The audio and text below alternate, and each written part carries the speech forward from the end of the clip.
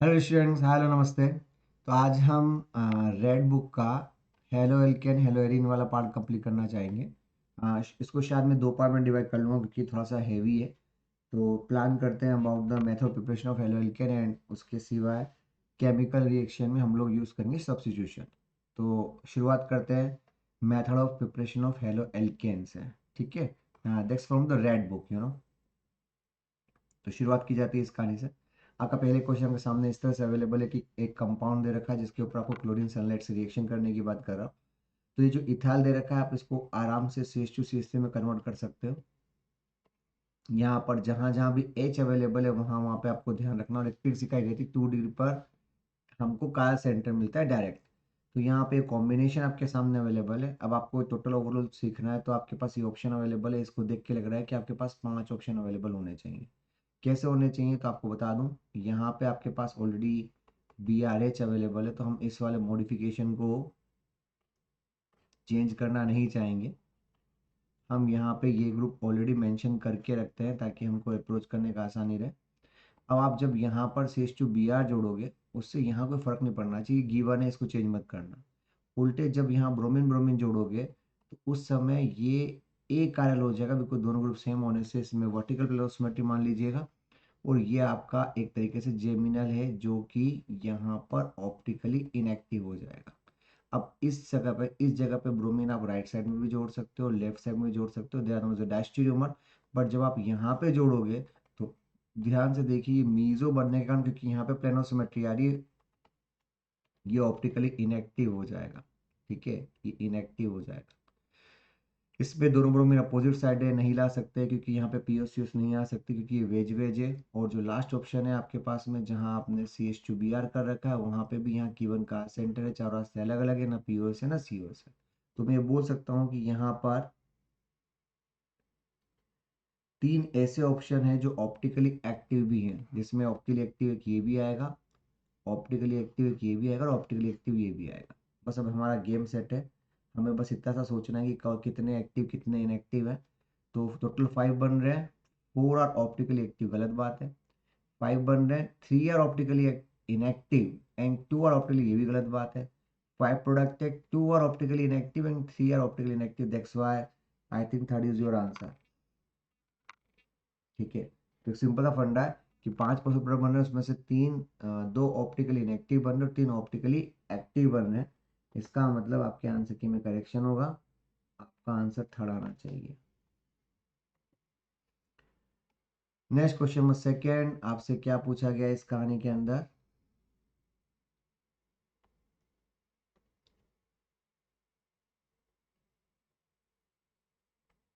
देखिए ब्रोमीन दिया हुआ है तो जहाँ एल्कीन अवेलेबल है आपको पक्का वहाँ पे नॉन क्लासिकल सिचुएशन मिलनी चाहिए। टेक्निकली आपके पास ये ऑप्शन अवेलेबल है, यहाँ पे Br जोड़ के प्लस बना दीजिएगा। अब आप एक बात बताइए कि बाहर वाला Br अच्छा है या अंदर वाला लोन पेयर अच्छा है। तो आई थिंक अंदर वाला लोन पेयर ज़्यादा अच्छा है। आप लोन पेयर थोड़ा टेक करके ब्रोमीन को बाहर निकालना, because this theme is known as a intramolecular reaction. तो उस सिचुएशन में हम यहाँ पे इंट्रामोलिकुलर बॉन्ड बना के यहाँ Br जोड़ेंगे, ज़्यादा फायदेमंद होगा और that's a much more better. ये पॉजिटिव चार्ज रहेगा, बाद में एसिड बेस करवा के इससे न्यूट्रलाइज करवा सकते हो। तो आपके पास एक 6 मेंबर इंफॉर्मेशन होगी जिसका थ्रू आपका आंसर थर्ड आएगा। That's a very permanent basic question की इंट्रामोलिकुलर रिएक्शन हमेशा फास्ट होती है इंटरमोलिकुलर से। Question number third, we can not be possible product, can not be, language पे ध्यान दो, हो सकता है नोट के चक्कर में फंस जाओ। आपको बता दूं इसका नाम है हुंस जी का रिएक्शन। कौन सी रिएक्शन है ये? हुंस डी का रिएक्शन। क्या होता है आपके पास यहाँ माइनस या Ag+ अवेलेबल है, पहले आप इससे रिएक्शन करोगे तो टेक्निकली आपके पास यहाँ पर COOBr बन जाएगा। आपको पता है यहाँ पे लोन पे रिपल्शन हो रहे हैं तो आप आसानी से बॉन्ड को ब्रेक कर सकते हो। आप यहाँ पर ये ऑप्शन बना पाओगे, आप यहाँ से CO2 को भी बाहर हटा सकते हो। तो आप एक तरीके से ये ऑप्शन बना पाओगे, फिर इससे आपको जोड़ जाड़ना है तो यहाँ भी डायमर बना सकते हो, यहाँ भी डायमर बना सकते हो, lot of things are there. और Br डॉट से भी जोड़ ही सकते हो। तो ये सिलसिला मत चलेगा। ये आपका डायमर बन गया, इसके साथ में इन दोनों को आपस में रिएक्शन करवाओगे तो ये आपका आराम से डायमर बन गया। प्रॉब्लम आ रही है इस जगह पे, इसको क्या करोगे? तो आपके पास ये ऑप्शन अवेलेबल नहीं, बिकॉज यहाँ 2 ही कार्बन है और वहाँ पे CO2 अवेलेबल, तो 3 कार्बन का ये नहीं बना सकते।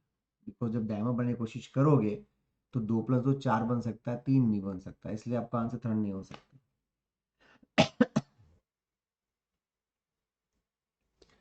अगला क्वेश्चन देखिएगा, 2-chloropentan on halogenation with chlorine give 2,3-dichloropentan, what will be the structure of free radical species formed by the reaction? तो 2-chloropentan से आप जब 2,3-dichloropentan बनाना चाहते हो, तो देखो बेटा 2-chloropentan ये रहा, आप 2,3-dichloropentan बनाना चाहते हो तो आपको यहाँ पे डॉट तो बनाना ही पड़ेगा टेक्निकली, और डॉट बनाओगे उसके बाद ही आप अगले को यहाँ या यहाँ जोड़ सकते हो। तो इसमें कुछ ऐसा स्पेशल ऑप्शन तो है नहीं, क्योंकि ये ऑफकोर्स sp2 होगा, प्लेनर होगा, तभी तो वेज भी आएगा और डैश भी आएगा। कहने का मतलब ये कि ये फिक्स है तो आप यहाँ पे वेज भी कर सकते हो, और ये अगर फिक्स है तो यहाँ पे डैश भी कर सकते हो। अभी आपको ये भी पता नहीं था, इसलिए आपको ये सिंपल सा पता होना चाहिए कि सिस्टम ट्रायंगुलर प्लेनर होगा, तभी आप ये आंसर ला सकते हो। नेक्स्ट क्वेश्चन आपसे पूछा गया है, rate of photo chlorination the following compound, जहाँ पे CH3BA CD3B और यहाँ पे इतने सारे 1 डिग्री वाले हैं। अब सोचिए यहाँ 1 डिग्री 6 हाइड्रोजन है जो 1 डिग्री H रखते हैं, और यहाँ पे ऐसे 12 हाइड्रोजन है, तो ऑफकोर्स प्रोबेबिलिटी फैक्टर के हिसाब से थर्ड पहले जीतेगा, और इसलिए हमने थर्ड को पहले प्रीफर करना, तो थर्ड के बाद फर्स्ट आना चाहिए, और सबसे लास्ट में सेकंड, क्योंकि बी वाला बॉन्ड स्ट्रॉन्ग होता है बिकॉज ऑफ वाइब्रेशन इफेक्ट, हमने शायद सुन रखा था। तो इसके स्ट्रॉन्ग बॉन्ड को रेडिकल मैकेनिज्म से ब्रेक करना इतना आसान नहीं, बिकॉज आप जब Cl डॉट से रिएक्शन करोगे तो ये होमोडिक क्लीवेज होगा और ये थोड़ा सा स्ट्रॉन्ग बॉन्ड हो जाएगा। तो टेक्निकली आपके पास में यहाँ पर ये ऑप्शन आना चाहिए ताकि आप याद करने में आसानी कर सको। अगला क्वेश्चन आपके सामने अवेलेबल है, 2-methyl butane और undergo bromination of the presence of sunlight. तो 2-methyl butane दिमाग लाने की जरूरत नहीं पड़ेगी मेरे हिसाब से, बहुत सिंपल सा फंडा आपको पता होना चाहिए कि ये 1 डिग्री है, ये 3 डिग्री है, ये 2 डिग्री है, ये 1 डिग्री है। ऑफकोर्स ये वाला है ज़्यादा, क्योंकि हमारा बेसिक थीम होता है जिसका स्टेबल रेडिकल उसको जिता देना, तो ये आपने स्टेबल रेडिकल बना दिया। HBr को बाहर कर दीजिए, आपको आंसर में ये मिलना चाहिए था, और यहीं पे आप ब्रोमीन जोड़ सकते हो। IUPAC के हिसाब से आपका आंसर 1 2 3 4, तो next one is 2 bromo 2 methyl. तो where is the 2 bromo 2 methyl, 2 bromo 2 methyl butane. I think this is your answer. Next question number 7 आपको पूछा गया इनकरेक्ट स्टेटमेंट, यहाँ पे दे रखा है मिथाइल, यहाँ पे दे रखा है इथाइल। अगर आपके पास एक मिथाइल और एक इथाइल अवेलेबल है तो बेटा जब आप यहाँ एंटी एडिशन करोगे तो उससे कोई फर्क नहीं पड़ रहा, आपके पास ये ऑप्शन बनेगा, और ये देख के लग रहा है कि ये थीम है रेसिमिक मिक्सचर। आपका आंसर रेसिमिक सही बात है, ऑप्टिकली एक्टिव ये भी सही बात है, रिजोल्व मिक्सचर बन रहा है वो भी सही बात है। It is a mixture of erythro, बस यहाँ क्या फंस रहे हो, बिकॉज आपने ट्रिक सीखी थी CATTAE, तो आई थिंक एरिथ्रो ये भी सही बात बन रही है।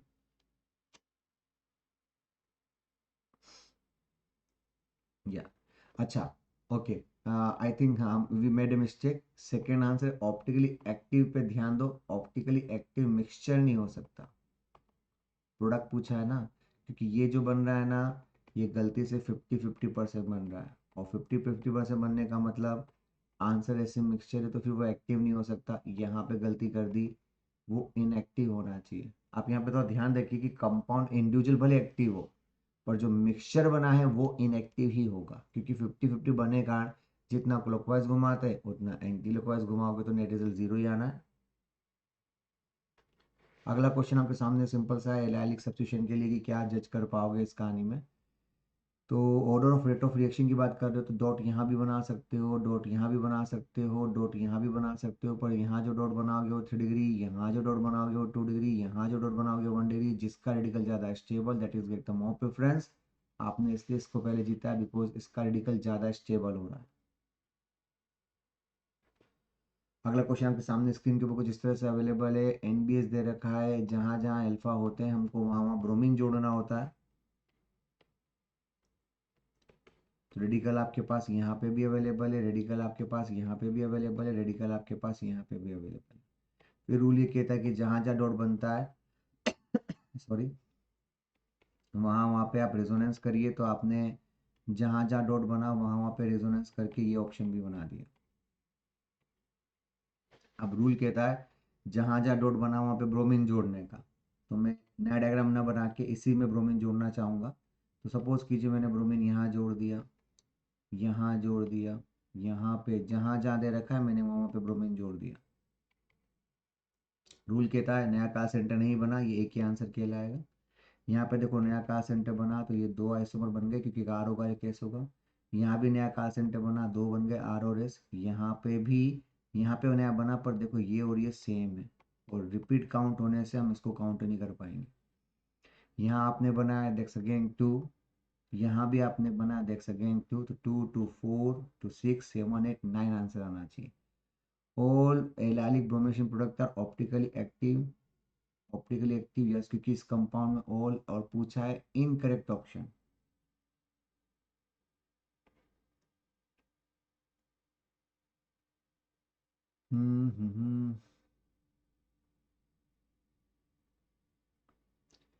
पूछा है इनकरेक्ट, ऑल एलिब्रेशन और ऑप्टिकली एक्टिव है, पहले में पीओस आ जाएगी मेरे हिसाब से, तो यही आपका इनकरेक्ट हो गया। इट गिव्स टोटल 9 प्रोडक्ट, सही बात है। सबस्ट्रेट है 7 एलाइलिक हाइड्रोजन, ये भी सही बात है बिकॉज 2 2 एंड 3 आ रहा है।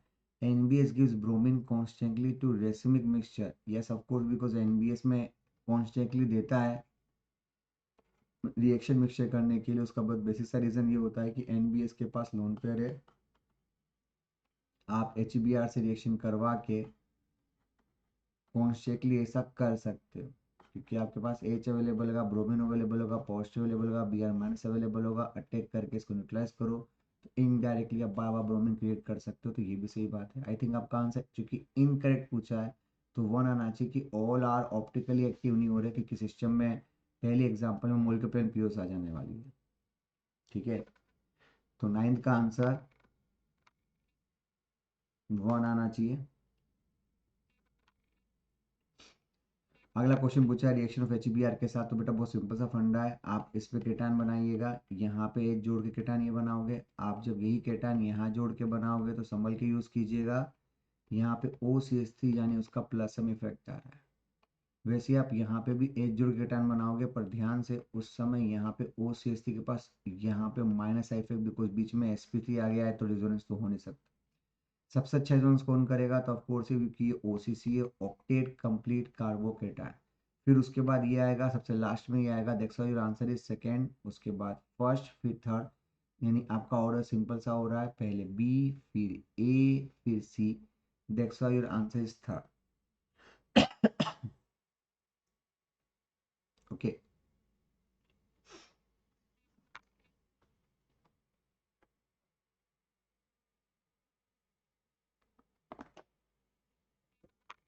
या नंबर 11th में क्या पूछा है, देखो बहुत ही सिंपल सा फंडा है। यहाँ पे आपके पास ऑलरेडी कार सेंटर दे रखा है, यहाँ पाई बॉन्ड है, तो आप कुछ मत करो, इस जगह पे एच जोड़ दीजिए।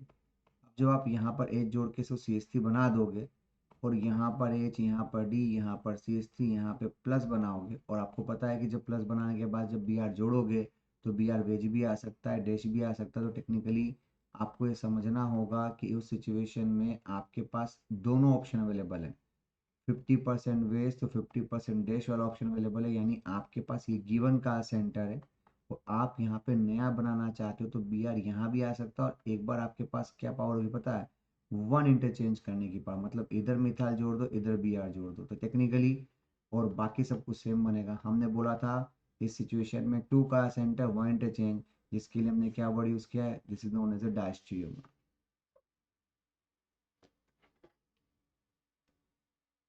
अगला थीम आपके सामने कुछ इस तरह से अवेलेबल है, CCl3Br दे रखा है in presence of peroxide of example of, तो CCl3Br के साथ जो peroxide दे रखा है तो बेटा आपके पास आरो डॉट बनेगा, और आरो डॉट आपके इस कहानी में सब जगह से रिएक्शन करना चाहेगा। तो ऑफ कोर्स इसका जो बॉन्ड वीक होता है उसे ब्रेक करना आसान होता है।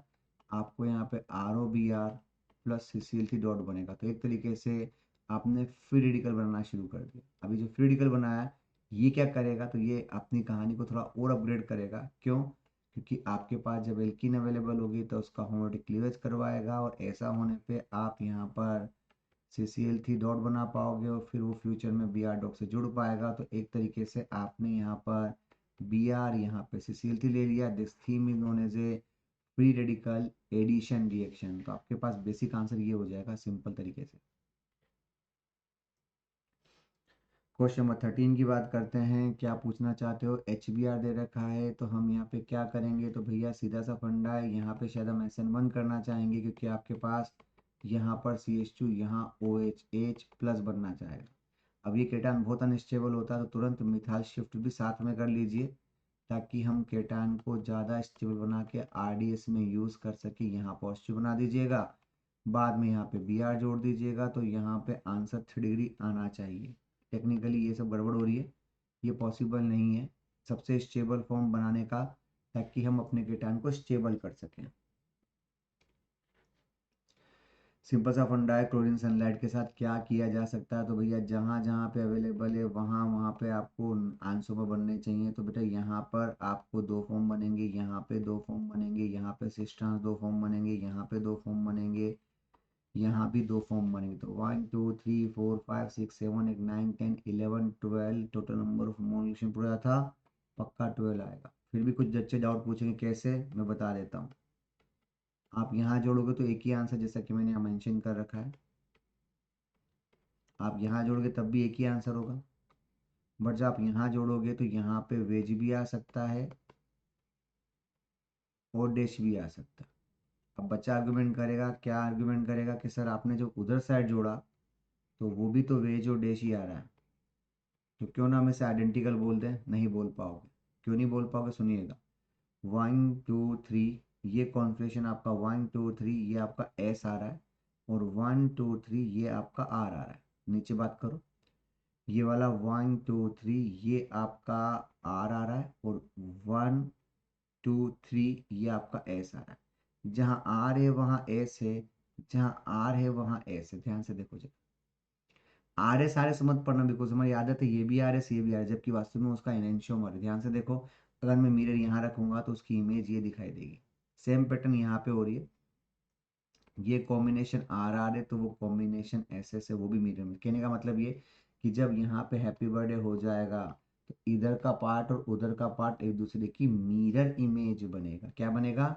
मिरर इमेज बनेगा। इसलिए हम लोगों ने उसको 2 अलग काउंट किया, इसको 2 अलग काउंट किया है। ऐसा ही थर्ड पोजिशन के लिए भी आएगा।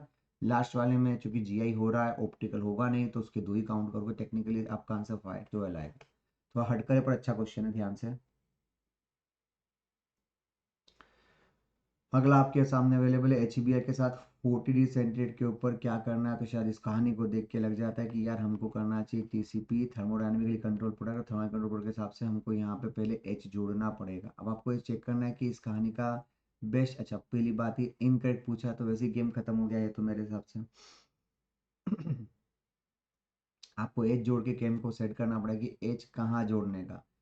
तो टेक्निकली आप क्या करोगे, एच यहाँ जोड़ के पॉजिटिव यहाँ बनाओ और फिर इसमें रिजोनेंस कर दीजिए ताकि ताकि ताकि ताकि यहाँ पॉजिटिव बन जाए।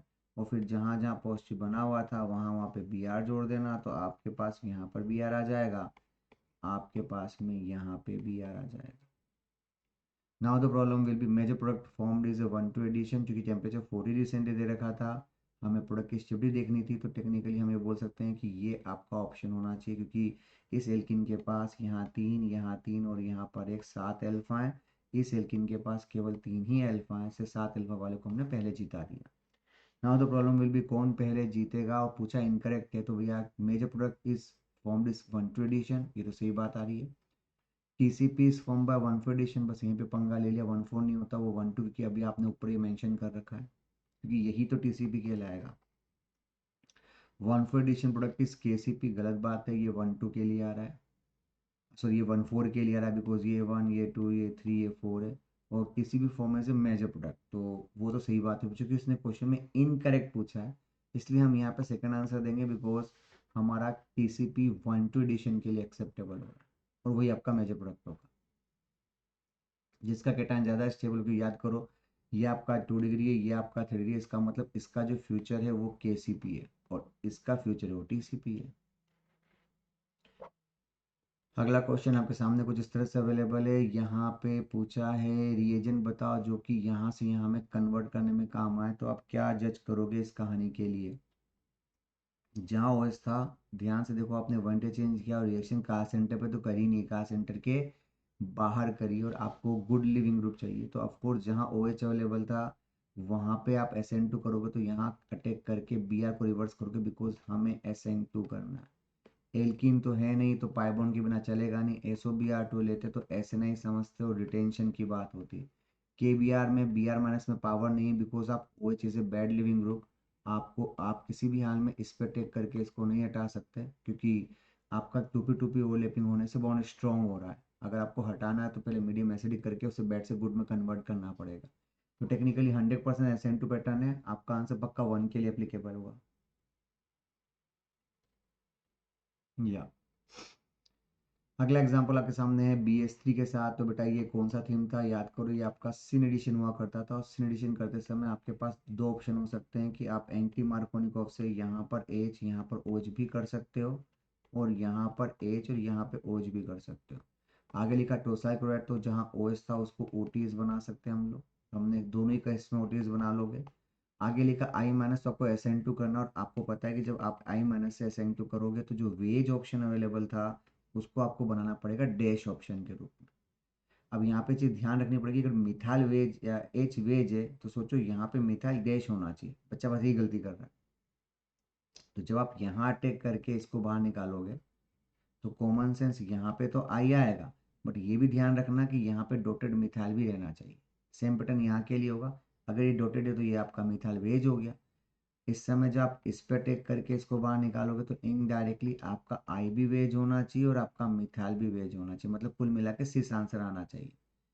यहाँ ओ एच आर गड़बड़ है, ओ एच आर गड़बड़ है। लकीली देखो यहाँ पे मिथाइल और आई आपका सेम साइड है, ये आपका आंसर, बिकॉज यहाँ पे मिथाइल और यहाँ आई अपोजिट है। जैसे ट्रांस ऑप्शन, तो हम सिस देख के आंसर को अप्रोच कर सकते हैं।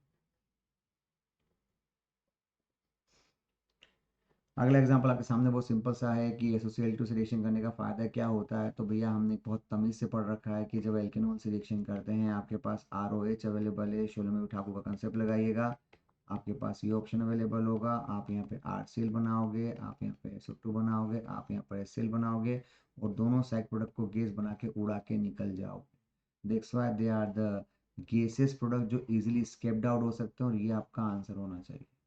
तो हमने बहुत तमीज से पढ़ रखा है कि SOCl2 is the best method for the preparation of alkyl chloride, because side products are in gaseous phase easily escaped out। अगला एग्जांपल 19 का 4 आपके सामने कुछ इस तरह से अवेलेबल है। SOCl2 है तो बेटा यहाँ पे Cl जोड़ने का फंडा था, पर पहला समझना कि किसने 14 लिख के कुछ सोचने पर मजबूर किया है। आपको ध्यान रखना होगा कि आपके पास OSOCl ये ऑप्शन भी अवेलेबल है। अरेंजमेंट करना पड़ेगा, कुछ नहीं करना पड़ेगा। और आपके पास अवेलेबल है OSOCl, थोड़ा दूर भी अवेलेबल है। टेक्निकली मैं इसलिए बोलना चाहूँगा कि 1 2 3 4 ये बॉन्ड इधर, ये बॉन्ड इधर भी जा सकता है, और 1 2 3 4 5 6 वाला भी बॉन्ड हो सकता है कि ये इधर चला जाए, ये इधर चला जाए, और वो उधर चला जाए। अगर आपने 1 2 3 4 वाला TS बनाया तो ये कहलाएगा 4 मेंबर साइक्लिक ट्रांजिशन स्टेट, जिसके थ्रू जहाँ था वहीं पे आंसर आ जाएगा। और जब तुम यहाँ पे बनाओगे तो 6 मेंबर होने से 14 यहाँ पे आ जाएगा, और ये आपका 6 मेंबर ऑप्शन आ जाएगा। तो ये डबल बॉन्ड से शिफ्ट कर दो 6 मेंबर, बिकॉज हमें पता है 6 member cyclic transition state is much more better than 4 member due to aromatic even, ये मेजर प्रोडक्ट होगा। क्योंकि ओनली ये नहीं बन सकता, ओनली ये नहीं बन सकता, पाई बॉन्ड तो हट नहीं सकता, तो चाहे अप्रोप्रिएट आंसर शायद ये। और आई थिंक यहाँ पे ओनली वर्ड गड़बड़ है, ओनली नहीं आना चाहिए, बिकॉज ओनली बनाऊंगा तो फंस जाऊंगा फिर, तो ये भी सही नहीं हो सकता। तो बोथ आएंगे 1 and 2। I think that much more better is here.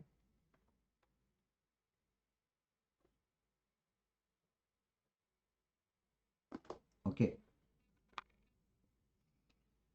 अगला क्वेश्चन आपकी स्क्रीन के ऊपर कुछ इस तरह से अवेलेबल है। क्या जज करना है, तो भैया देखो ये आपका जो जखीरा है ना, इसका नाम टोसाइल ग्रुप था, जैसे गुड लिविंग ग्रुप। तो पहले अटैक करके सील को बाहर निकालिए, उस पूरे जखीरे को जोड़ोगे तो बेटा आपके पास यहाँ पे PaCH2O, इसे टोसाइल नाम से बाहर गायब कर सकते हो। 18th माइनस लिखा हुआ है, सीधे अटैक करना, OTS को बाहर निकालना, पैटर्न SN2 होगा। चुपचाप यहाँ पे OTS की जगह OH, ये आपका OH आ गया, दैट इज योर चॉइस। अगला एग्जांपल PCl3 दे रखा है, आपको पता है ना ये SN2 मैग्नीज होती है। तो यहाँ से कट करो, और SN2 करते समय Cl पलट जाएगा। पलट जाने का मतलब ये कि आपके पास यहाँ पर Cl आएगा और यहाँ पर H आएगा। फिर OCH3 माइनस दे रखा है, फिर अटैक करोगे, फिर Cl को हटाओगे तो फिर एक बार SN2 हो जाएगी, और जब एक बार फिर SN2 करोगे तो फिर पलटी मारना है, यानी आपके पास वन इंटरचेंज का फंडा होगा, तो यहाँ पे आ जाएगा आपके पास H और यहाँ पर आ जाएगा OCH3, मतलब आपके पास आंसर के रूप में CH3D आना चाहिए, यहाँ पे D एक्सचेंज हो रहा है, CH3D आना चाहिए, CH3D आ रहा है, और HOCH3 आ रहा है, HOCH3, आई थिंक यही आपका आंसर है। CH3D आ रहा है पर आपने वन चेंज कर नहीं चलेगा, O18 तो चल ही नहीं सकता, अभी कोई O18 को तो आप पहले ही PCl3 के थ्रू हटा चुके हो। देख द थीम ऑफ H3PO3 अगर आपने सुन रखा हो तो। अगला बहुत ही सिंपल सा ऑप्शन है, जैसे आप SOCl2 देखते हो आपको पता है कि वेज का आंसर वेज आ रहा है, ध्यान से देखिए वेज का आंसर वेज आ रहा है, तो आपके पास कोई दूसरा चॉइस अवेलेबल नहीं, SNI करके आप आराम से आगे बढ़ सकते हो, कहीं कोई पंगा नहीं होगा। It's known as SNI mechanism या डार्जन प्रोसेस, आप एक नाम और याद रखिए, डार्जन प्रोसेस के थ्रू। अगला एग्जांपल सेम पैटर्न है पर वेज की जगह क्या दे रखा है बेटा, डैश दे रखा, प्रीडिन की प्रेजेंस में दे रखा है, तो आपको पता है ना वेज का डैश होने का मतलब ही पैटर्न आपका कौन सा हो गया, SN2 मैकेनिज्म, क्योंकि उस समय आपने इन्वर्जन का फंडा यूज किया है, आपने बैक साइड से अटैक करके इसको हटाया है, इसलिए आपने इसको बोला SN2 मैकेनिज्म। ये जस्ट रिकॉल ये भी डार्जन प्रोसेस ही कहलाएगी, बट ये डिटेंशन के साथ ना होके इन्वर्जन के साथ कहलाएगी। अगला आपके सामने ऑप्शन यहाँ पे अवेलेबल है, सोचने के लिए पूछा है क्या बना सकते हो, तो भैया देखो जहाँ पे OH अवेलेबल है, पहली बात OH बैड लिविंग ग्रुप था, पर मीडियम आपका एसिडिक होने से आप इसे गुड में कन्वर्ट कर सकते हो, गुड कन्वर्ट करने का मतलब आपने कीटान बना दिया, और आप जब रेजोनेंस करोगे तो दोनों सेम ही तो हैं, बिकॉज अगर आप पॉजिटिव यहाँ बना भी देते हो तो उससे फर्क नहीं पड़ रहा है इस कहानी के अंदर, चाहे ये हो या ये हो, बाद में क्या जोड़ोगे, यहाँ पे Br जोड़ोगे, तो Br जोड़ तो आंसर आ जाना चाहिए। कार्बन लकीली यहाँ शायद कम हो रहे हैं, यहाँ 5 कार्बन है, ध्यान से आधे बच्चे तो ऐसे ही सेट हो गए, 5 कार्बन है, तो 4 कार्बन का आंसर तो वैसे ही नहीं आ सकता, Br यही एक्सेप्टेबल होगा, Br यहाँ जोड़ तो दिया पर बेटा आपने OH को हटा, OH को जोड़ दिया, वो गड़बड़ हो रही है, इसलिए आपका आंसर सेकंड तरीके से सेकंड आना चाहिए, बिकॉज जहाँ कैटायन बना वहाँ पर Br जोड़ दीजिए, आपका आंसर आ जाएगा। हम अच्छे से जानते हैं कि OH is a bad leaving group, पर Br जोड़ने पर हम मतलब मीडियम एसिडिक होने पर हम उसे गुड में कन्वर्ट कर सकते हैं। अगला एग्जांपल आपके सामने क्या पूछना चाहता है, Lucas reagent react with benzyl chloride the with mechanisms follow, बेटा लुकास रिएजेंट के साथ जब बेंजाइल अल्कोहल दे रखा है, तो बेंजाइल अल्कोहल कहने को तो 1 डिग्री ए पर, चूंकि आपको पता है कि आपने HCl ZnCl2 यूज किया है, इस कहानी में आप यहाँ पे OH के साथ H जोड़ के पॉजिटिव बनाओगे, फिर खुद ही आसानी से केटायन बन के स्टेबल हो जाओगे, बिकॉज आपका केटायन बेंजीन से रिजोनेंस स्टेबल है। ये पैटर्न बताना चाहता है कि आप SN1 रास्ते को फॉलो करोगे, बिकॉज SN1 में केटायन बनता है। अगला एग्जांपल आपके सामने HBr दे रखा है, क्या करोगे, तो बेटा ध्यान रखो ये जो बॉन्ड स्ट्रॉन्ग है तो जाना नहीं, ये बॉन्ड जो स्ट्रॉन्ग है तो जाना नहीं, बिकॉज ये सब टूपी टूपी ओवरलैपिंग से रिजोनेंस स्टेबल होने से बहुत स्ट्रॉन्ग बॉन्ड कहलाएंगे। बचा ये ऑप्शन, तो यहाँ पे आप इसको जरूर हटा सकते हो, तो यहाँ पे इसकी जगह Br ला सकते हो, OCH3 में ये वाला बॉन्ड भी स्ट्रॉन्ग है, एच जोड़ के जब पॉजिटिव बनाओगे तो Br इधर से अटैक करके बॉन्ड को ब्रेक करेगा, तो टेक्निकली आपके पास CH2Br आना चाहिए, पहली बात तो यहाँ Br आना ही नहीं चाहिए, ये ऑप्शन पहले कैंसिल हो गया, आज लकीली देखो सब में खत्म हो गया, ऑप्शन कुछ बचा ही नहीं, आपके पास ऑप्शन ही ये बचा है, देखो कि जहाँ OH वाला बॉन्ड स्ट्रॉन्ग है वो चलेगा, और यहाँ पे CH2Br बन रहा है वो भी चलेगा, और यहाँ पे वास्तव में OH प्लस साथ में एक और चीज़ बननी चाहिए थी CH3Br, पर जनरली माइनर या छोटे मोटे प्रोडक्ट को हम हटा देते हैं, आपका बेस्ट ऑप्शन यहाँ पर ये आना चाहिए। अगला आपके सामने ऑप्शन दिया हुआ है, observe the following reaction sequence, select the following, क्या दे रखा है भैया, OMDM, इसको देख के आपको फील आ रही है कि यार ये तो OMDM दे रखा है, यहाँ पे Na मेटल दे रखा है, MEBr दे रखा है, HI दे रखा है, HI दे रखा है, और साथ में मिथेनॉल दे रखा है, तो शायद हम इमेजिन कर सकते हैं कि यहाँ पे आपको आंसर में OCH मिला हो। MEBr दे रखा है, इसका मतलब यहाँ पे आंसर में OH, क्योंकि आपने SN2 करके जोड़ा होगा, सोडियम मेटल का मतलब सच बताऊँ तो यहाँ Na प्लस हो गया एक तरीके से, ये मान के चलो, ये दे रखा है, इसका मतलब यहाँ पे OH होना चाहिए, NaBH4 से मिलके बना हुआ है, तो पक्का यहाँ पे कहीं ना कहीं एल्कीन होनी चाहिए, बिकॉज आपके पास एल्कीन होती तब आप जाके इस तरह की कोई कहानी कर सकते थे एल्कीन बना के। अब आपसे पूछा गया कि इस कहानी में क्या यूज़ करना है, तो D is formed by the bimolecular reaction. D is formed by the bimolecular reaction, क्योंकि आप D कर रहे हो तो या SN2 पैटर्न मान सकते हो। अच्छा, पहली बात ये इनकरेक्ट पूछा है, ओके, ये भी खतरनाक डाउट है, नहीं तो फंस जाओगे। तो ये तो सही बात है, बिकॉज आप ये जो कंसेप्ट अप्लाई कर रहे हो ये तो SN2 पैटर्न के ऊपर होगा। C form by the acid base reaction, C form by the acid base, yes ये भी सही बात है। अच्छा, प्रोपीन नहीं आ सकता, वास्तव में आपने जो बनाया है डेक्स होने से आइसोब्यूटीन, यहाँ पे पंगा ले लिया, इसलिए आपका आंसर थोड़ा आ रहा है। वो 20 टर्शी एल्कोहल, टर्शी ब्यूटेनॉल, तो यस बी टर्शी ब्यूटेनॉल बन रहा है। कि एक्चुअली ये समझाना चाह रहा हूँ कि आपके पास ये एल्कीन थी, आपने ओ एम डी एम किया तो आपको पता है यहाँ पर ओ एच आएगा, यहाँ पर एच आएगा। फिर आपने सोडियम मेटल से रिएक्शन करी तो इलेक्ट्रॉन निकाल के आप एक बार ओ माइनस बनोगे। फिर आपने C H C B R लिया तो अटैक करके बी आर को बाहर निकालोगे, पैटर्न क्या हो जाएगा, एस एन टू हो जाएगा, तो ये आ जाएगा। फिर आपने एच आई लिया तो मीडियम को एसिडिक कर दीजिए, यहाँ पे ओ, यहाँ पर सी एच सी, यहाँ पर एच जोड़ के यहाँ पॉजिटिव बना देना। अपने आप ही पैटर्न, की 3 डिग्री वाला पैटर्न है तो SN1 पैटर्न होगा, SN1 पैटर्न बनेगा तो केटान बनेगा। फ्यूचर में यहाँ पे आई जोड़ दीजिएगा। तो ये आपका बेसिक सीक्वेंस है, पर उसने पूरा सीक्वेंस अपोजिट पूछ के क्वेश्चन को हैवी कर दिया। अच्छा क्वेश्चन है, मस्त क्वेश्चन था, like it. Which compound should give white stability immediately on reaction with Lucas reagent, तो बेटा ब्रिजेट पर तो हो ही नहीं सकता, फिनॉल बॉन्ड स्ट्रॉन्ग हो नहीं सकता, यहाँ 1 डिग्री हो नहीं सकता, ये रहा आपका केटान बनेगा, भले रेजोनेंस स्टेबल हो चलेगा, आपका आंसर 4 आना चाहिए। On heating with glycerol with excess amount of H I आपको क्या प्रोडक्ट मिलता है, वेरी इंपॉर्टेंट क्वेश्चन, ITG का बहुत फेवरेबल पार्ट है ये। तो जहाँ ओ एच ओ एच था, जब आप एच आई को एक्सेस में यूज़ करोगे तो सब के ओ एच ओ एच हट के आप वहाँ पे आई जोड़ सकते हो। पर हमने पढ़ रखा है vicinal die iodide highly unstable होता है, आयोडीन को बाहर निकाल के आप यहाँ पे एल्कीन बना सकते हो। आपके पास फिर एच आई अवेलेबल है, मार्कोनी को फिर से फॉलो कीजिए, और मार्कोनी को फॉलो करने पर आप यहाँ पर एच जोड़ोगे, केटान को यहाँ बना के यहाँ पे आई कर सकते हो। फिर पंगा होगा, फिर विसिनल दे रखा है तो फिर आयोडीन को बाहर निकालिए, टेक्निकली प्रोपीन बन जाएगा। फिर एच आई जोड़ो मार्कोनिकॉफ से तो फिर एच जोड़ के आप यहाँ पे आई जोड़ सकते हो। आई जोड़ने का मतलब इनडायरेक्टली आपने ये बनाया, that's known as a isopropyl iodide. I think luckily first is your answer, it's isopropyl iodide. हाँ, यहाँ पे क्वेश्चन और आ सकता है, कितने मोल एच आई कंज्यूम हुआ। ध्यान से देखो, 3 मोल तो ऐसे दिख ही रहा है आपको, साथ में ये भी विसिनल है और फिर ये भी विसिनल है, इसको आप ऐसे भी समझ सकते थे। इसलिए टेक्निकली आपका आंसर यहाँ पे 5 मोल एच आई कंज्यूम, वो ये भी पूछ सकता है, तो अच्छा क्वेश्चन बन जाएगा कि कितने मोल कंज्यूम कर पा रहे हो इस कहानी को डील करने के लिए। अगला एग्जांपल आपके सामने ये अवेलेबल है, जहाँ ये बोलना चाहते हो कि जहाँ पर Cl अवेलेबल, आई थिंक अच्छा Cl यहाँ अवेलेबल है और यहीं पे OH लाना चाहते हो तो क्या करोगे, Cl यहाँ अवेलेबल है, पलटी मारना चाहते हो। जब भी आप राइट का लेफ्ट कर रहे हो तो पक्का ये रास्ता तो SN2 के लिए जाएगा। ये वाला रास्ता, अब उसने ऑप्शन जो दिए हैं वो SN1, तो ऑफकोर्स SN1 में दोनों बनते हैं, 50% ये बनेगा तो 50% ये बनेगा, तो हम ये बोल सकते हैं कि ये रास्ता SN1 के लिए जा सकता है। तो हम ये बोलना चाहेंगे कि ऑप्शन नंबर ए के लिए क्या होगा, तो फर्स्ट ऑप्शन, यानी फर्स्ट ऑप्शन ये, तो ये वाला SN1 के लिए और अगला वाला SN2 के लिए होना चाहिए। SN1 SN2 SN1, गलती कर रहा हूँ, SN1 फर्स्ट और SN2, that is the choice, आपका आंसर पूरा। मैं चेक भी करते जा रहा हूँ ताकि कुछ करेक्शन हो तो निकल जाए।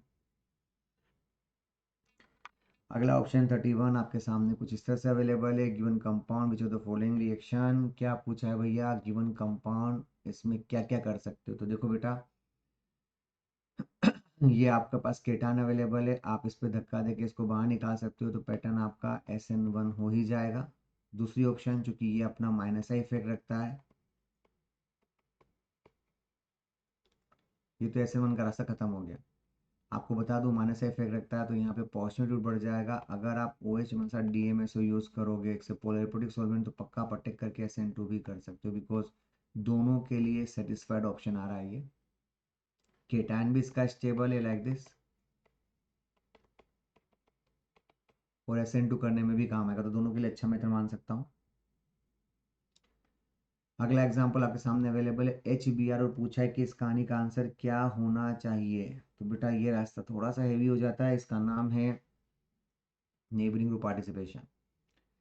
क्यों? क्योंकि आपके पास एच जोड़ के आप पॉजिटिव बनाना चाहते हो और इस समय आपके पास ऑप्शंस अवेलेबल है कन्फर्मेशन करने का। कन्फर्मेशन का मतलब आप इस डायग्राम को एनजीबी के पड़ोसी के पास क्या अवेलेबल है, लोन पेयर। इसके लिए आपको बनाना पड़ेगा न्यूमैन प्रोजेक्शन, यहाँ सी एच थ्री, यहाँ एच, यहाँ बी आर, सेम बटन पर यहाँ एच, यहाँ पे मैंने बना दिया ओ एस टू प्लस, यहाँ पे बना दिया सी एच थ्री। चूँकि हम कन्फर्मेशन कर सकते हैं तो हम जस्ट अपोजिट डायरेक्शन में जाना चाहेंगे। अपोजिट का मतलब ये कि यहाँ आपके पास O S two plus available है, यहाँ सी एच थ्री, यहाँ पर एच। अब आपको पता है कि ये एंटीबोनी प्रोटेक्ट करके वाटर को बाहर निकाल सकता है, तो इनडायरेक्टली आपने यहाँ पर यूज़ किया है नेबरिंग ग्रुप पार्टिसिपेशन। कहने का मतलब ये कि ब्रोमीन को जोड़ के नॉन क्लासिकल बना दिया और इस पे टेक करके आपने यहाँ पे बना लिया सी एच थ्री और यहाँ पे बना लिया एच, क्योंकि जैसे इन्वर्जन करोगे बैक कार्बन पे इन्वर्जन की फीलिंग आएगी। अब जब वापस बी आर माइनस जोड़ोगे तो बी आर माइनस फिर बैक साइड से जोड़ोगे तो जो इन्वर्जन आपने यहाँ पे किया था वो इन्वर्जन फिर से पलटी मार के रिटेंशन में कन्वर्ट हो जाएगा, क्योंकि आप इनडायरेक्टली 2 बार SN2 कर रहे हो। इसके लिए मैं तो कलरफुल कर देता हूँ कि ये जो बी आर आपने यहाँ पे जोड़ा, तो ये बी आर जैसे ही आप यहाँ पे जोड़ोगे फिर से, ये फिर से जैसे थे वैसे, मतलब ये जो मिथाइल इधर शिफ्ट होके मिथाइल इधर शिफ्ट होके इधर बना है ना, ये एच जो शिफ्ट होके इधर बना है ना, ये वापस रिवर्स करके उधर चले जाएंगे, यानी यहाँ मिथाइल यहाँ पर एच आएगा। कहने का मतलब ये बी आर उसी लोकेशन पे आ रहा है जहाँ पे पहले वाटर था, यानी हम ये बोल सकते हैं कि जहाँ ओ एच है बस वहीं पे बी आर आएगा और वही आपका बेसिक आंसर कहलाएगा। Because this theme is known as a retention, क्योंकि आपने एक साथ 2 बार SN2 करिए। एक तरीके से आपने ये भी SN2 करिए, या आप इसे SN2 की जगह NGP बोल सकते हो कि आपने यहाँ पे SN2 की जगह NGP करी है और बाद में आपने फिर से यहाँ पे SN2 किया। 2 टाइम्स SN2 करोगे, आंसर वापस वहीं पहुंचोगे। ये 2005 सब्जेक्टिव पैटर्न है IDG का, ठीक है। और ये फंडा ध्यान रखना, आपको भी इतना दिमाग मत लगाना। एक छोटा सा शिक बता देता हूँ, अगर आपके पास कहीं पर भी NGP बनने का ऑप्शन अवेलेबल हो तो समझ जाओ सीधे इसको हटा के यहीं BR चिपका दो, कुछ भी मत करो। मैंने BR यहीं जोड़ दिया, यही आपका आंसर। बिकॉज इतना मैनेज करने की जरूरत नहीं पड़ेगी मेरे हिसाब से, ठीक है। आंसर की अवेलेबल है इसमें, शायद फर्स्ट में करेक्शन है, यहाँ पे 3 आ रहा है और 9th वाले में आंसर 1 आ रहा है। ये 2 करेक्शन है इस कहानी के अंदर, ध्यान रखिएगा। चलिए, अगला थीम आपका है केमिकल प्रॉपर्टीज ऑफ हेलोल्केन, जिसके अंदर हम यूज कर सकते हैं सब्स्टिट्यूशन रिएक्शन। तो आइए जरा इस कहानी पे बात करते हैं अबाउट द सब्स्टिट्यूशन। पहले ऑप्शन के सामने अवेलेबल है, वो पूछ रहा है कि इस कहानी में क्या कर सकते हो। तो भैया सीधी सी बात है, आपके पास BR वाला बॉन्ड स्ट्रॉन्ग है, यहाँ पे BR सिंपल है, इसने अटैक किया, BR को बाहर निकाला, कर लो चुपचाप SN2। तो भैया BR वाले बॉन्ड को ब्रेक मत करना, यहाँ अमोनिया कर देना। Your answer is second. अगला ऑप्शन OH माइनस अवेलेबल है, सीधे अटैक करके BR को बाहर कर सकते हो। तो BR को बाहर सकते हो, सिंपल सा पैटर्न। क्या कहोगे, SN2 और SN2 में रेट दोनों पर डिपेंड करती है, तो टेक्निकली दोनों कंपाउंड इस कहानी के लिए एक्सेप्टेबल होने चाहिए। ये जो ऊपर जीरो लिखा है बेवकूफ़ बनाने के लिए, इसका मतलब कि इस पर डिपेंड नहीं करता, इसलिए CH3 और OH दोनों का कंसेशन 1 1 टाइम होना चाहिए। दैट्स व्हाई इसका नाम SN2 पड़ा। जीरो बोलने से तो उसका ऑर्डर जीरो हो जाना है। क्वेश्चन नंबर थर्ड आपके पास ये अवेलेबल है, BR ने टेक करके OH को हटाया, पर आपको पता है ना हम ये नहीं कर सकते because OH is a bad leaving group, क्योंकि हम इसको अच्छे से जानते हैं कि ये रिएक्शन में इन्वॉल्व नहीं होगा। तो leaving group is a strong base, या एग्जैक्टली बिकॉज आप जिसको बाहर निकालना चाहते हो, आपको पता है ना ये HBr है, ये वाटर है, और हम अच्छे से जानते हैं कि स्ट्रॉन्ग एसिड है, ये वीक एसिड है। स्ट्रॉन्ग एसिड का को पार्टनर क्या होता है, तो that's known as a weak base. Weak acid का को पार्टनर कौन होता है, स्ट्रॉन्ग बेस। तो स्ट्रॉन्ग बेस है, तभी तो नहीं हटा पा रहे हो। हाईएस्ट एक्सटेंट ऑफ SN2 की बात करना चाहते हो, तो भैया यहाँ पे तो बॉन्ड स्ट्रॉन्ग है, जाना नहीं है, यहाँ भी SN2 होना नहीं है, यहाँ पे और यहाँ पे sp3 पे SN2 हो सकता था, पर चूंकि इसका माइनस इफेक्ट लग रहा है, इसका TS ज़्यादा स्टेबल होगा, देखो हम बेंजाल को ज़्यादा आसानी से प्रीफरेबल कर सकते हैं इस कहानी के लिए। इंक्रीजिंग ऑर्डर ऑफ SN2 की बात करना चाहते हो, तो बेटा यहाँ पर Cl है, यहाँ पे Br है, यहाँ Cl है, पर यहाँ पे 3D जुड़ा हुआ, और यहाँ पर तो माइनस M इफेक्ट जुड़ा होने से यहाँ पे पॉजिटिव मैग्नीट्यूड बढ़ जाएगा। तो पक्का सबसे पहले तो फोर्थ ही आना चाहिए, फोर्थ के बाद सेकंड, क्योंकि BR is a good leaving group. तो फोर्थ और second, fourth second, I think आपका आंसर वैसे सेट हो गया। उसके बाद का काम आराम से हो ही रहा है। अगला एग्जांपल आपके सामने है, 2 bromo 2 methyl butane, 1 bromo pentane and 2 bromo pentane, और पूछा सिंपल सा कौन सा पैटर्न है, SN2। तो 2 में ब्रोमो 2 मिथाइल प्रोटेन, मतलब आपका आंसर 3 है, तो SN2 देता ही नहीं है। 1 ब्रोमोपेंटेन ये आपका ऑप्शन, और 2 ब्रोमोपेंटेन ये आपका ऑप्शन। तो भैया ये आपका 1 डिग्री है, ये आपका 2 डिग्री है। दिमाग लगाने की जरूरत नहीं है, तो पक्का पहले सेकंड आएगा, बिकॉज सेकंड, उसके बाद थर्ड, फिर आएगा फर्स्ट। तो आई थिंक आपका आंसर ये आ जाना चाहिए।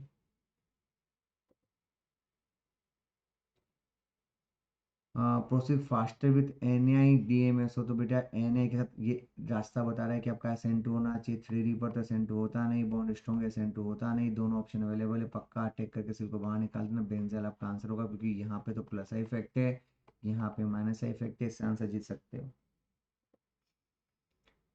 Cl minus is more difficult. तो भैया ये तो सील हटा सकते हो, ये सील भी हटा सकते हो, पर जैसे ही रिजोनेंस स्टेबल हो जाएगा आप इस सील को नहीं हटा सकते। That's why your answer is this, because अगर आप sp2 से जुड़े हो तो seal is a bad leaving group. ये sp3 है, आप आसानी से हटा सकते हो। अगला क्वेश्चन पूछा गया है, which nucleophile will show the minimum reactivity towards SN2 reaction. तो मिनिमम वर्ड पे ध्यान दिया जाए। मिनिमम का मतलब स्टेरिक क्राउडिंग का इशू रहेगा। तो ये आपका मिथाल तो सिंपल दिख रहा है, पर जैसे ही आपने इसमें कन्वर्ट कर दिया, इसका साइज बढ़ गया, बल्कि ग्रुप हो गया। That's why your choice is like this. ये आपका हो गया SN2 के लिए। अगला एग्जांपल आपके सामने अवेलेबल है, ethyl bromide is treated with dry Ag2। बहुत ही इंपॉर्टेंट कंसेप्ट है। आपके पास अवेलेबल है CH3CH2Br, आपने यूज़ किया है ड्राई Ag2, यानी लाइक दिस। आप क्या करोगे, तो आपको पता है लोन पे अवेलेबल है, लोन पे से टेक करके Br को बाहर निकालोगे।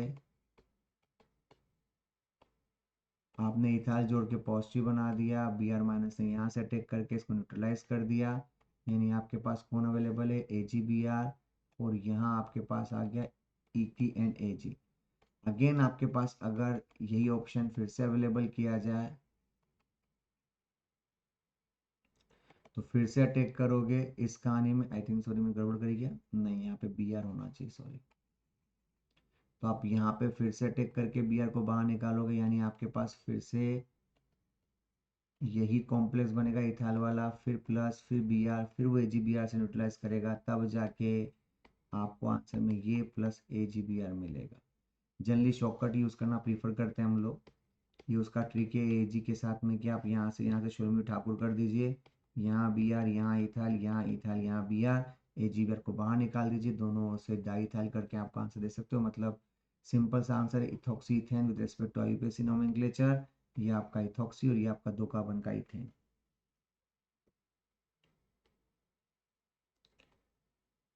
अगर आपके सामने Na3 अवेलेबल है, तो बेटा N3 माइनस से सीधा सा अटैक करो, बॉन्ड को ब्रेक करो। कोई ऑप्शन अवेलेबल है नहीं आपके पास में, चूंकि ये आपका सपोज कीजिए वेज ऑप्शन था, तो आपने डैश साइड से इसको अटैक किया, या फिर उधर अगर डैश ऑप्शन हो तो वेज से अटैक किया है।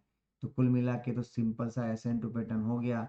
आपने यहाँ पे क्या कर दिया, सपोज कीजिए कि आपने यहाँ पे अटैक किया है। इसी ऑप्शन को देख के बताता हूँ, ज़्यादा आसान रहेगा आप लोगों के लिए।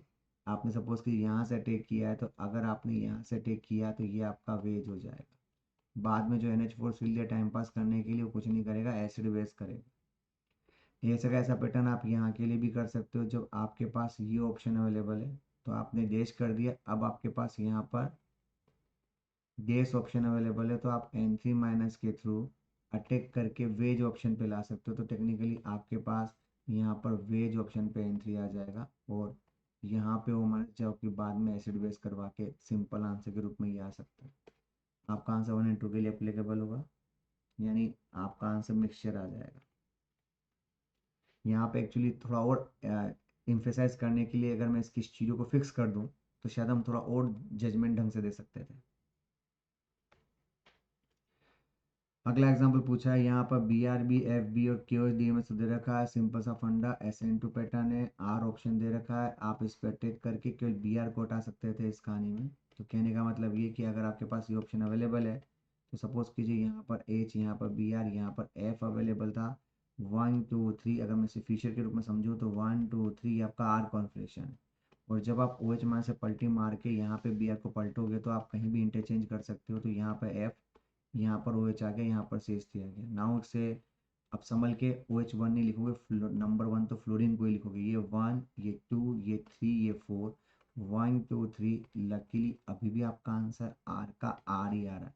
ये आपको क्लास में स्पेशल एग्जांपल दिया था, ये बोलते हुए कि RS का इन्वर्जन से कोई लेना देना नहीं है, क्योंकि लकीली जाने वाला 1 था, आने वाला फ्लोरीन है, OH नहीं है।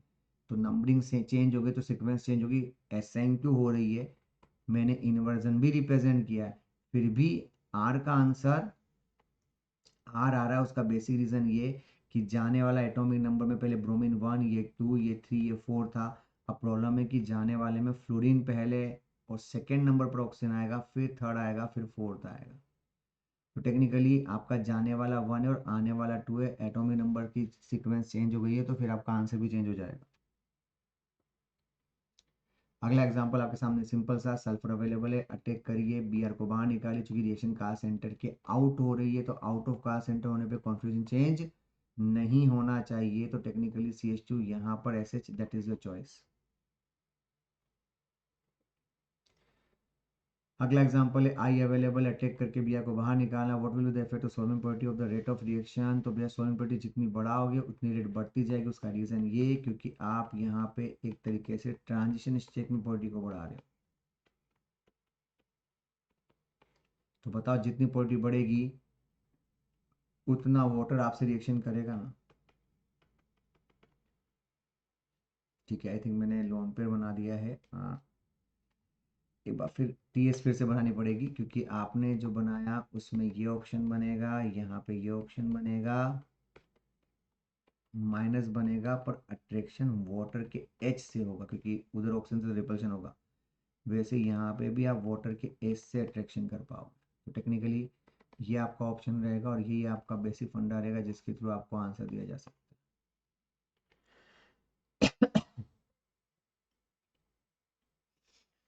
अगला एग्जांपल आपके सामने अवेलेबल है, SN2 रिएक्शन करने के लिए कि आप इसको किस फॉर्मेट के रूप में यूज करोगे।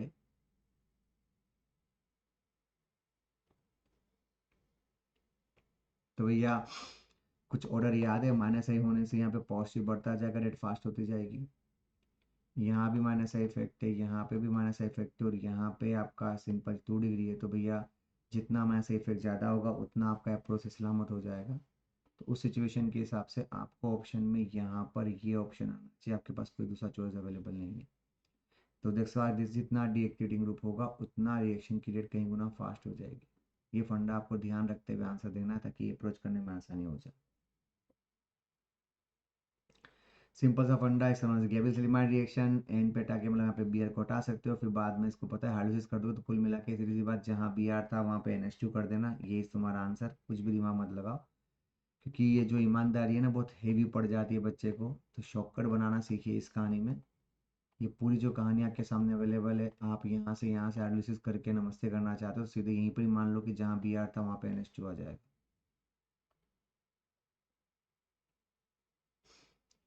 अगला, product obtain from the treatment with ethyl chloride with potassium cyanide is reduced by sodium and alcohol to give.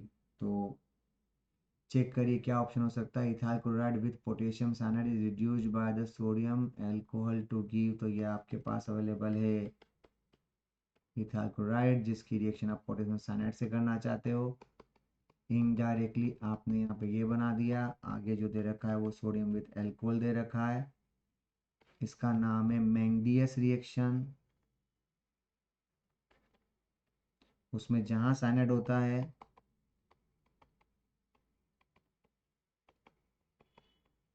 वहाँ रिडक्शन के बाद ये बना देते, तो आपका आंसर 1 2 3 से प्रोपाइल एमीन आना चाहिए शायद, या दैट इज योर चॉइस। अगला एग्जांपल शायद BDT दे रखा है, फिर टोसाल दे रखा है, फिर NaCN हमने शायद इसे फॉर्मेमड के साथ एक्सेप्टेबल किया था, बट ये रीजन थोड़ा आगे बढ़ रहा है। तो BDT दे रखा है, दिमाग मत लगाओ। आपके पास एंटी मार्कोनिक का फंडा होगा, तो सपोज कीजिए आपके पास यहाँ पे ये ऑप्शन अवेलेबल है, तो हम क्या जज करना चाहेंगे। अगर यहाँ पे मिथाइल वेज है तो ऑफकोर्स यहाँ पर D और यहाँ पे OH आना चाहिए। टोसाइल दे रखा है तो जहाँ OH है वहीं OTS आना चाहिए। और साइनाइड दे रखा है तो साइनाइड के थ्रू आप अटैक करके इसको बाहर कर सकते हो। तो it's a theme of inversion. Inversion करने पर पंगा ये होगा कि आपके पास जो वेज था ना वो वाला पार्ट बेटा, सॉरी जो डैश था ना वो वाला पार्ट वेज हो जाना चाहिए। मतलब CH3 और साइनाइड का सेम साइड होना बहुत ज़रूरी है, और साथ में D भी रहना चाहिए यहाँ पे। तो CH3 और CN का सेम साइड रहना ज़रूरी है और साथ में D भी होना चाहिए। शायद ये लकीली यही आपका आंसर है। क्योंकि यहाँ पर CH3CN अपोजिट है वो नहीं चलेगा, CH3CN अपोजिट है नहीं चलेगा, CH3CN एक ही कार्बन पे वो तो इम्पॉसिबल नहीं चलेगा।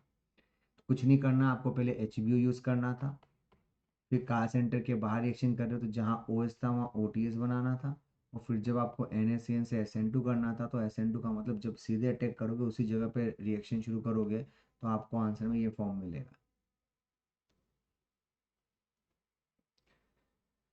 अगला पूछा है, बताओ वेयर इज द फिंकेल्स्टीन रिएक्शन। तो बहुत ही आसान सा आंसर है, RBr NaI दे रखा है तो पक्का आई का टेक करके Br को बाहर निकालोगे, इन्वर्जन कर दीजिए, यही आपकी फिंकेल्स्टीन रिएक्शन है ताकि आपको डील करने में आसानी हो जाए।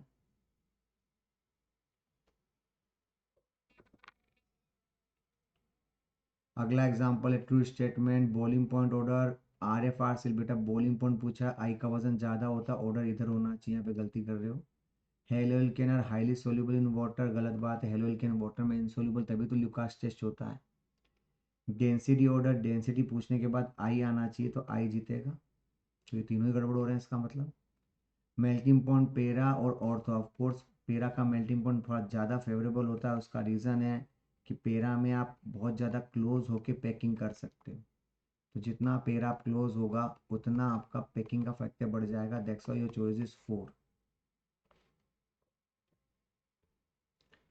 अगला, यहाँ पे आपने जो फंडा यूज़ किया है डॉटेड की जगह, ये आपका SN2 है, यहाँ पे फिर आपका SN2 है, तो भैया जहाँ पे भी आती अवेलेबल है यहाँ पे 2 बार SN2 कर लो, काम हो गया।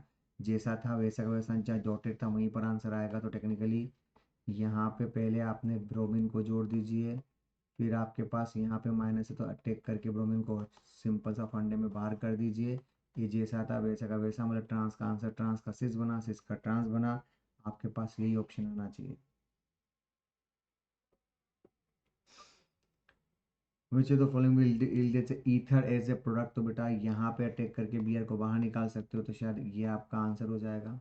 यहाँ पे बॉन्ड स्ट्रॉन्ग है नहीं जा सकता, यहाँ पे बॉन्ड स्ट्रॉन्ग है नहीं जा सकता, 3D के ऊपर आपको पता है 3D के ऊपर कभी SN2 होती नहीं, तो ये भी नहीं जा सकता, आपके पास चॉइस के रूप में 1 आंसर आएगा।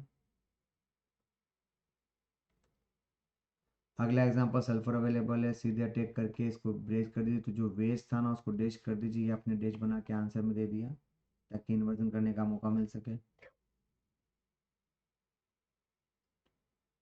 अगला एग्जांपल, जहाँ OH अवेलेबल, यहाँ पे 1 मोल मेंशन किया है, आपके पास OH अवेलेबल है तो जहाँ पे OH अवेलेबल है बस वहीं पे OTS बना दीजिएगा, फिर सल्फर का अटैक करके पक्का इन्वर्जन करना ही करना है, तो आपके पास यहाँ की H, यहाँ पे SH, यहाँ पे मिथाइल, यहाँ पे इथाइल आ जाएगा।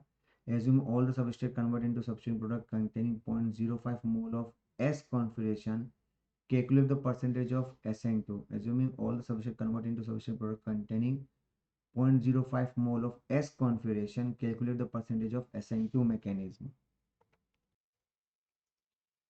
इस कहानी में जो उसने लिखा ना 0.05 मोल ऑफ एस कॉन्फिगरेशन, तो बेटा ध्यान से देखो, ये आपका 1 2 3 4 1 2 3 आना चाहिए था, आर ये आपका एस बन रहा है, और वो ये समझाना चाह रहा है कि जब आपने रिएक्शन करी तो आपके पास यहाँ पर एस एच ऐसे भी आ रहा है इथाइल के रूप में, और एस एच ऐसे भी आ रहा है, किसी भी तरीके से आ रहा है पर ऐसे भी आ रहा है। और उसमें बाउंडेशन ये दी कि आपको एस की जगह, तो ऑफकोर्स हम तो इन्वर्जन की बात करेंगे, तो इन्वर्जन का मतलब आपका ये आंसर आना चाहिए, तो वो ये बोलना चाह रहा है कि हमको यहाँ पे 0.05 मोल ये ऑप्शन बन रहा है कौन सा, एस कॉन्फिगरेशन, जबकि मुझे तो आर ही चाहिए था। अब ये बनने का मतलब पैटर्न SN1 हुई, और अगर ये SN1 है तो ऑफकोर्स समझ जाओ कि थोड़ा बहुत 0.05% SN1 यहाँ भी हुई होगी, क्योंकि हमें पता है SN1 में ही वेज भी बनता है डैश भी बनता है, तो 0.05 का मतलब आपके पास जो आर कॉन्फ़िगरेशन ऑप्शन के रूप में बन रहा है जो कि SN2 के लिए एप्लीकेबल होना चाहिए, वो आपका हो रहा है 0.90, क्योंकि वो इसका मतलब कि 1 मोल दिया था उसका 90% SN2 हो रहा है, और जो 10% है वो SN1 हो रहा है जिसमें वेज भी बने, इसमें जो बाउंडेशन दी ना 0.05 मोल ऑफ एस कॉन्फ़िगरेशन, उसका मतलब ये कि 0.05 मोल अगर एस मिल रहा है, एस का एस मिल रहा है तो पक्का आर भी मिलेगा, तो ये आपको कुल मिला के 0.1% कम करना पड़ रहा था।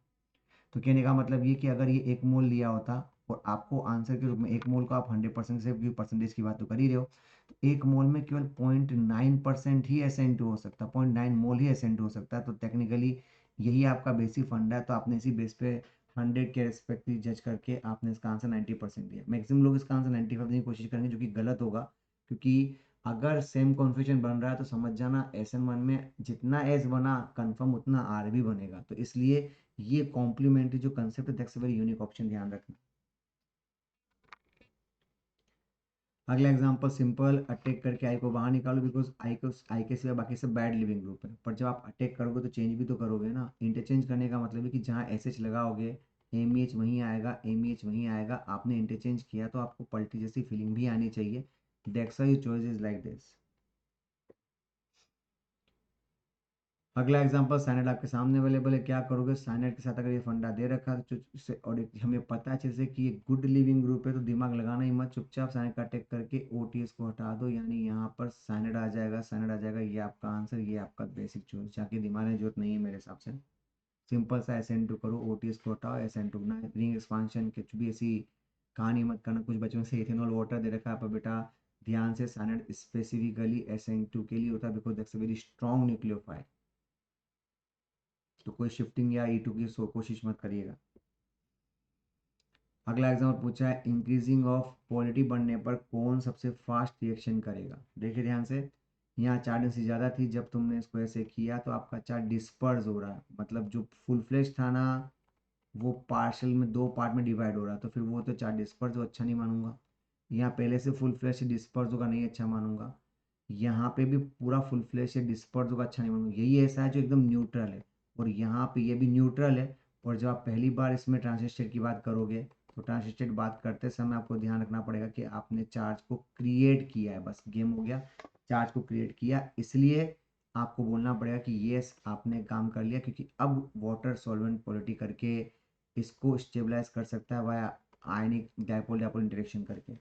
तो आई थिंक आपका आंसर इस फॉर्मेट के लिए एक्सेप्टेबल होना चाहिए। आपका आंसर थोड़ा आना चाहिए। कहने का मतलब ये कि अगर आपका चार्ज पहले से फुल फ्लैश है तो चारों ओर से वाटर घेर के उसको स्टेबलाइज कर देगा। तो फिर अगर आपने अपनी एनर्जी लेवल को स्टेबलाइज कर दिया तो आपका जो एक्टिव एनर्जी का लेवल है ना वो बढ़ जाएगा, मतलब आपको ज़्यादा एनर्जी देनी पड़ेगी। पर अगर आप पहले से न्यूट्रल हो और आप यहाँ पे चार्ज क्रिएट कर रहे हो तो सोचो चार्ज क्रिएट करने पर क्या होगा। हार्मोनिंग करके आप इसकी पिक को नीचे लेके आओगे। पिक को नीचे लाने का मतलब क्या होता है? अपनी रेट को कम करना, सॉरी अपनी रेट को बढ़ाना, बिकॉज आपने अपनी एक्टिव एनर्जी को कम कर दिया। तो कुल मिला के सॉल्वेंट पोलैरिटी तभी फायदेमंद हो सकती है रेट बढ़ाने के लिए जब कंपाउंड न्यूट्रल हो और TS में चार्ज क्रिएट हो। तो TS को स्टेबलाइज करो, कंपाउंड तो वही का वही रहेगा। छोटा सा हिंट है पर अच्छा हिंट है, ध्यान रखने लायक क्वेश्चन है। अगला एग्जांपल सिंपल सा, आपने कुछ नहीं किया है, फास्टर करना है तो भैया एक्स के रूप में क्या यूज करो? तो एक्स के रूप में हमें चाहिए where is the good leaving group. तो बेटा OS तो बैड है, F भी बैड है, O तो भी 2p2p है, ये रहा CF3 नेक्स्ट होने से ट्राइफ्लेट आयन। तो टेक्निकली यही आपका आंसर होना चाहिए ताकि ये आसानी से टेक करके इसको बाहर निकाल सके। अगला example, consist of alkaloid is triple and consist of OH is reduce to half. तो बताओ रेट पर क्या फर्क पड़ने वाला? तो हमें पता है ना SN2 की जो रेट होती है वो RX और न्यूक्लियोफाइल दोनों पर डिपेंड करती है। अब सोचिए ये दोनों का 1-1 होना चाहिए था। अब आपने RS कितना ले लिया है? 3 टाइम्स ले लिया है।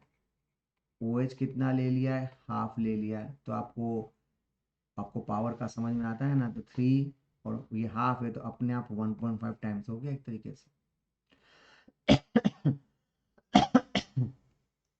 ठीक है, तो एक सिंपल सा फंडा था, इसको 3 टाइम्स बढ़ा दो, उसको हाफ कर दो तो अपने आप रेट कम हो जाएगी। पावर वाला गेम खेलिएगा। क्या पूछा है? फास्टेस्ट रिएक्शन करने को। तो फास्टेस्ट रिएक्शन कब करेगा? तो NaOH अवेलेबल है, Cl यहाँ है, Cl यहाँ पे अवेलेबल है, OCH3 के साथ यहाँ Cl अवेलेबल है और यहाँ पे Cl है फिनाइल के साथ। और अब चूंकि SN2 का पैटर्न यूज करना है तो हमें SN2 पैटर्न को फॉलो करना पड़ेगा। और को अंडर को फास्ट, अच्छा सुनो, फास्टेस्ट रिएक्शन पूछी तो फिर SN2 क्यों करना चाहते हो? फिर तो SN1 करना चाहो, क्योंकि SN2 SN1 में SN1 फास्ट होती है। केटान यहाँ आसान है, केटान यहाँ आसान है, केटान यहाँ आसान है, केटान यहाँ आसान है, बिकॉज ये कंसेप्ट कहलाएगा OCC ऑक्टेट कॉम्प्लेक्स। क्योंकि क्वेश्चन सबसे पहले सीखो, fastest reaction with aqueous NaOH solution पूछा तो एक्वस भी और फास्टेस्ट बोलने का मतलब हमें समझना होगा कि SN1 SN2 में SN1 फास्ट होती है। और केटान जिसका बनेगा, जो केटान OCCU का, that is much more better, that's हम इसको पहले प्रीफर करेंगे। अगला एग्जांपल आपके सामने Na दे रखा था, OH is a bad leaving group, Cl is a good leaving group, तो आप सीधे अटैक करके इसको बाहर निकाल दीजिए और साथ में इंटरचेंज की कोशिश भी करिएगा। तो यहाँ पे Cl है, गड़बड़े नहीं, यहाँ पे OH हटाया, गड़बड़े नहीं, यहाँ पे हटाया, गड़बड़े नहीं, यहाँ पे आपका ऑप्शन फिक्स है, यहीं पे आपने आई जोड़ भी दिया और आपने इंटरचेंज भी कर दिया, दैट्स 4 इज योर आंसर। अगला एग्जाम्पल SN2 के लिए पूछा है, सबको पता है यार ये -1 ऑर्डर होता है, सबसे पहले जीतने वाले एग्जाम्पलों में आता है, फिर ये भी -1 ऑर्डर है, ये भी -1 ऑर्डर है, ये ज़्यादा प्रेफरेबल, तो पहले P आना चाहिए, फिर R आना चाहिए, फिर S, फिर Q। I think third is your answer, yes, third is your answer. अगला एग्जाम्पल आपके सामने अवेलेबल है, सल्फर के साथ में यानी फिर से SN2 करना है। कौन सबसे फास्ट SN2 करना चाहेगा इस कहानी के लिए?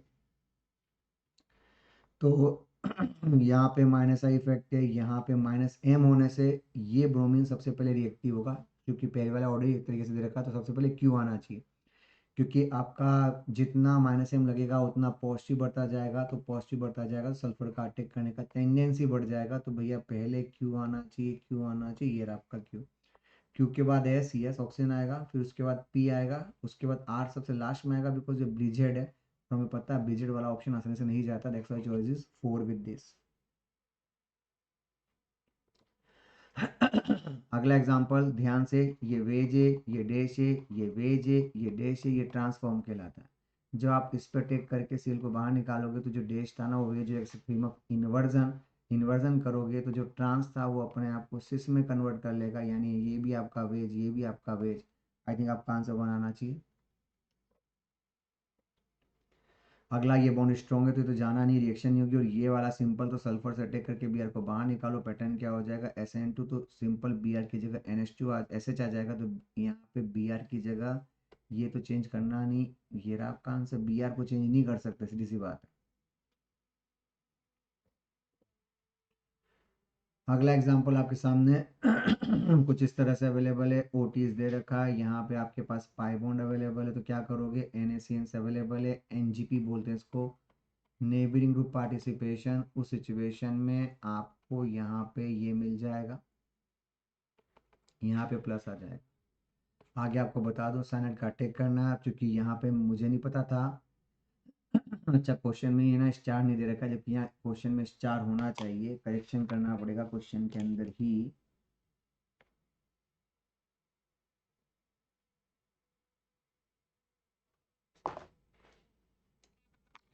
तो चूंकि स्टार का मतलब 14 आइसोटोप अवेलेबल है, स्टार मतलब 14, अब जब साइनाइड का अटैक करोगे तो साइनाइड यहाँ भी अटैक करके रिंग को ओपन कर सकता है, एरोमेटिक करने के लिए यहाँ अटैक करके भी रिंग ओपन कर सकता है, इससे आपके पास ऑप्शन ये भी आएगा, ऑप्शन ये भी आएगा, आप दोनों से आंसर दे सकते हो, यानी आपका आंसर थर्ड आना चाहिए।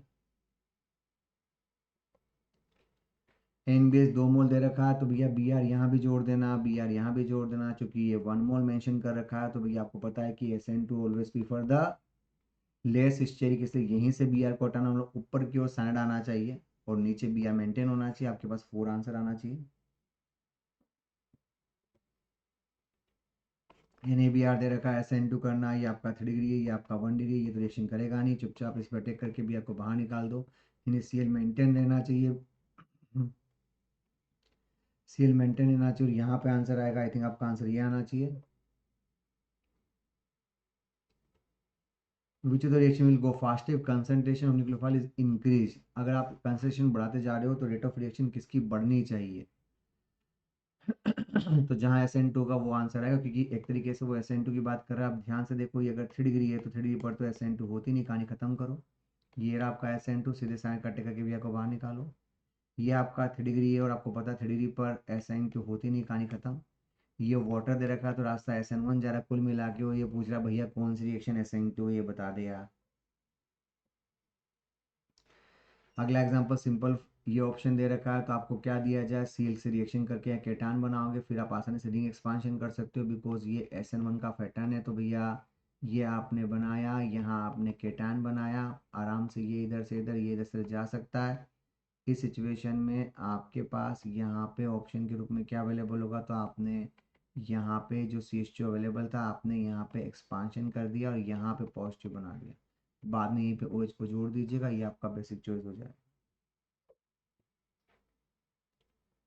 अगला पूछा है decreasing nucleophilicity of the following reaction, बताओ सबसे फास्ट रिएक्शन के रेस्पेक्टिव कौन यूज होगा। तो बेटा जो कम हाइड्रोजन बॉन्डिंग करेगा वो अच्छा न्यूक्लियोफाइल कहलाएगा। तो ऑक्सीजन तो आगे आ ही नहीं सकता, सबसे पहले सल्फर आना चाहिए, ऑक्सीजन आगे नहीं आ सकता, सल्फर आएगा, फिर ऑक्सीजन, फिर रिजोनेंस, फिर न्यूट्रल। ये आपका आंसर, बिकॉज सल्फर वाला लेस हाइड्रोजन बॉन्डिंग करके जीत जाएगा। अगला एग्जांपल आपके सामने पूछा है डिक्रीजिंग न्यूक्लियोसिटी का ऑर्डर सेम पैटर्न के ऊपर। तो शायद अभी अपन ने बात की थी पहले कौन जीतेगा, लोकेलाइज, साथ में प्लस आई इफेक्ट के, तो प्लस आई होने से डेंसिटी बढ़ा देना, ये पावर को बढ़ा देगा, फिर ऑक्सीजन, फिर डी लोकेलाइज, फिर water, that is your choice. अगला पूछा है फॉलोइंग रिएक्शन के अंदर sp3 hybridised atom their leaving group is ability. तो लिविंग ग्रुप के अंदर होता है जितना ज़्यादा डी लोकेलाइज और जितने ज़्यादा फ्लोरीन से माइनस इफेक्ट लगाओगे वो पहले जीत जाएगा। तो इस सिचुएशन के हिसाब से आप पहले फर्स्ट इसको लिखोगे, फिर सेकेंड लिखोगे, फिर ये लोकेलाइज, ये डी लोकेलाइज, तो भैया फोर्थ पहले आना चाहिए थर्ड से, यानी आपको आंसर में ये मिलना चाहिए। अगला एग्जांपल आपके सामने अवेलेबल है PHSO2Cl विथ दिस और दोनों ऑप्शन दे रखे हैं। तो भैया ये तो टोसाल वाला फंडा है, यहाँ अटैक करके Cl को बाहर निकालना है, यहाँ भी अटैक करके Cl को बाहर निकालना है। तो टेक्निकली आपके पास यहाँ एल्कीन अवेलेबल होगी, यहाँ भी OTS जैसा, OTS तो नहीं बनेगा पर OTS वाली ही फीलिंग आएगी। फिर साइनाइड दोनों पे अटैक करके SN2 कर देना, दोनों से OTS को बाहर निकाल के वहाँ पे साइनाइड कर देना, दैट इज द चॉइस। अगला पूछा एक्वस इथेनॉल में फास्ट रिएक्शन कौन करने वाला है। तो एक्वस इथेनॉल देख के हमें शायद SN1 की फीलिंग आनी चाहिए। तो SN1 में क्या बनता है, तो SN1 में सारा ध्यान किस पे होना चाहिए, स्टेबल केटायन के लिए। तो आप यहाँ से Br कोटा के केटायन बना सकते हो, यहाँ केटायन बना सकते हो, ये ब्रिजेड केटायन बनने को तैयार नहीं होगा और S केटायन बन सकता। R सबसे पीछे आना चाहिए, लकीली R सबसे पीछे ये रहा, कुछ भी नहीं सेट करते आंसर आ जाता। अगला एग्जाम्पल पूछा है most reactive towards SN1। SN1 का मतलब फिर वही कॉन्सेप्ट, आपको क्या बनाना है, स्टेबल केटायन बनाना है। तो भैया यहाँ केटायन बनाइए, यहाँ केटायन बनाइए, यहाँ केटायन बनाइए। क्योंकि आपका प्लस एम इफेक्ट है तो जीत जाएगा, पॉजिटिव पॉजिटिव रिपल्शन नहीं जीतेगा, प्लस एच इफेक्ट है, वीक इफेक्ट होता है, केटायन बना के जीत जाओ, पूरा आंसर आना चाहिए। अगला पूछा है SN1 के लिए सबसे फास्ट रिएक्शन कौन करेगा। तो बेटा SN1 में केटायन बनता है, पर बेटा Cl, I think I is a good leaving group, दिमाग मत लगाओ, आई को जिता दो, बिकॉज हमें पता है जिसका बॉन्ड वीक होता है उससे ब्रेक करना हमारे लिए आसान होता है, तो दिमाग लगाने की जरूरत नहीं थी मेरे हिसाब से। अगला एग्जांपल है most reactive than second for SN1 reaction, first compound is most reactive पूछा है फॉर SN1। तो भैया केटायन, ये तो स्ट्रॉन्ग बॉन्ड है, जाना ही नहीं है। ये 1D 2D तो ये जीतने वाला है, ये 1D 3D तो ये जीतने वाला है, ये आपका 2D, ये आपका 1D, ये जीता, ये आपका आंसर हो गया। Can not give SN1 easily. तो भैया यहाँ केटान बन सकता है चलेगा, यहाँ केटान बन सकता है चलेगा, यहाँ बन सकता है चलेगा, पर जब यहाँ बनाओगे तो एंटी एरोमेटिक होगा, वो नहीं चल पाएगा। ठीक है, अगले का सोल्यूशन हम आगे पढ़ेंगे, तब तक के लिए बाय बाय।